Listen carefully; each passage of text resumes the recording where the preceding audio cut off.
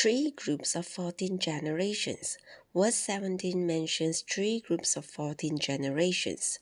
The number 14 is composed of 10 plus 4. 4 signifies the creatures. In Revelation chapter 4 verse 6, we have the 4 living creatures. And in Revelation chapter 7 verse 1, we have the 4 corners of the earth and the 4 winds. The number 10 signifies fullness. We often speak of 1/10, meaning the 10th part of fullness. Therefore, in Matthew chapter 25 verse 1, we have 10 virgins. Look at your 2 hands and your feet. You have 10 fingers and 10 toes. Thus, the number 10 denotes fullness, and the number 14 signifies the creatures in full. 3 times of 14 generations indicates that the Triune God mingles himself with the creatures in full. This is very meaningful. The persons of the Triune God are the Father, the Son, and the Spirit. This genealogy is of 3 sections: the section of the fathers, the section of the kings, and the section of the civilians, including the captured ones and the recovered ones. God the Father fits into the section of the fathers, God the Son fits into the section of the kings, and God the Spirit fits into the section of the civilians. This is wonderful. Therefore, 3 times 14 means the mingling of the Triune God with his creatures. This record of the generation of Christ indicates the mingling of the Triune God with these human creatures. The Triune God has been traveling through Abraham and Isaac, Jacob and Judah, Boaz and Obed, Jesse and David, and then through many other generations to Mary and Joseph. Finally, Jesus came. Who is Jesus? Jesus is the Triune God traveling through all the generations and coming forth as the mingling of divinity with humanity. 3 times 14 is 42. 40 is the number of trials, temptations, and sufferings. Christ is the 42nd generation. 42 signifies rest and satisfaction after trials. Numbers chapter 33 verse 5 to 48 shows us that the children of Israel traveled through 42 stations before they came into Canaan. According to the record of the Old Testament, the Israelites suffered all the way through these 42 stations. They were tried, they were tempted, and they were tested.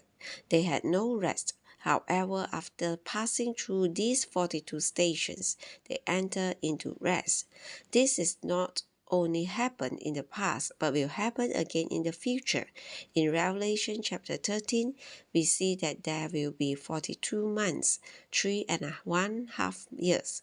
These 42 months will be the concluding part of the final 7 years. The last week mentioned in Daniel chapter 9 verse 24 to 27. There are 70 weeks, the first 7 weeks, then 62 weeks, and then the last week, each week representing 7 years. The second half of these last 7 years, a period of 42 months, will be the Great Tribulation, and it will be awful. There will be many trials, testings, temptations, and sufferings. But when these 42 months have been completed, the kingdom will come, and there will be rest. From Abraham to Mary was a time of sufferings, tests, and temptations. After all the generations of trials, temptations, and sufferings, Christ came as the 42nd generation to be our rest and satisfaction. With him we have complete rest and full satisfaction. If we read the history in Chronicles, we shall discover that the generations from Abraham to Christ were actually 45 generations. Why? Then does Matthew have only 42? By deducting from the 45 generations, the 3 cursed generation and the 1 improper generation, and by making David 2 generations, 1 of the fathers and 1 of the kings, the generations become 42, which are divided into 3 ages of 14 generations each.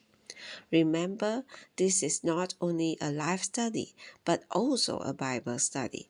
Hence, we need some knowledge. We need to see that the record of Matthew is not a record according to history, but a record according to doctrine.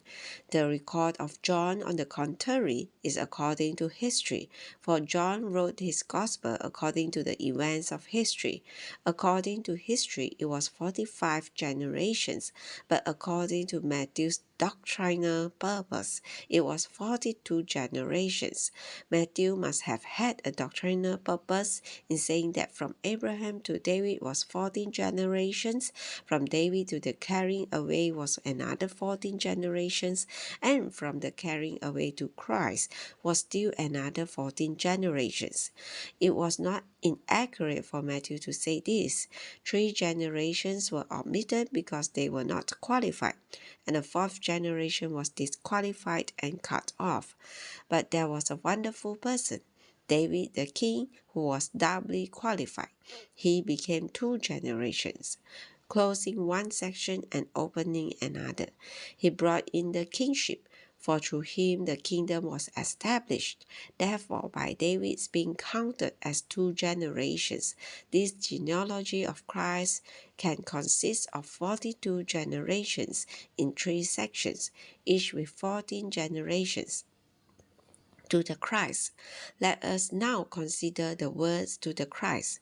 Luke's record begins with Jesus and traces back to God, a total of 77 generations. Matthew's record proceeds from Abraham to Christ. Luke goes back and up to God. Matthew comes forward and down to Christ. All the generations were directed toward Christ and brought forth Christ. Without Christ, there are just 41 generations. There is no goal, no consummation, and no conclusion. 41 is not a good number. We must have the number 42. Christ is the goal, the consummation, the conclusion, the completion, and the perfection of all the generations, fulfilling their prophecies, solving their problems, and meeting their needs. Christ came to fulfill all the prophecies of Abraham, Isaac, Jacob, Judah, and David. Without the coming of Christ, all these prophecies would have been in vain. When Christ comes, light, life, salvation, satisfaction, healing, freedom, rest, comfort, peace, and joy all come with him. From this point on, the whole New Testament is the full expounding of this wonderful Christ. The 27 books of the New Testament, the Gospels, the Acts, the Epistles, and Revelation, tell us how this Christ fulfills all the prophecies, solves all our problems, and meets all our needs, and how he is everything to us. Hallelujah! Christ has come.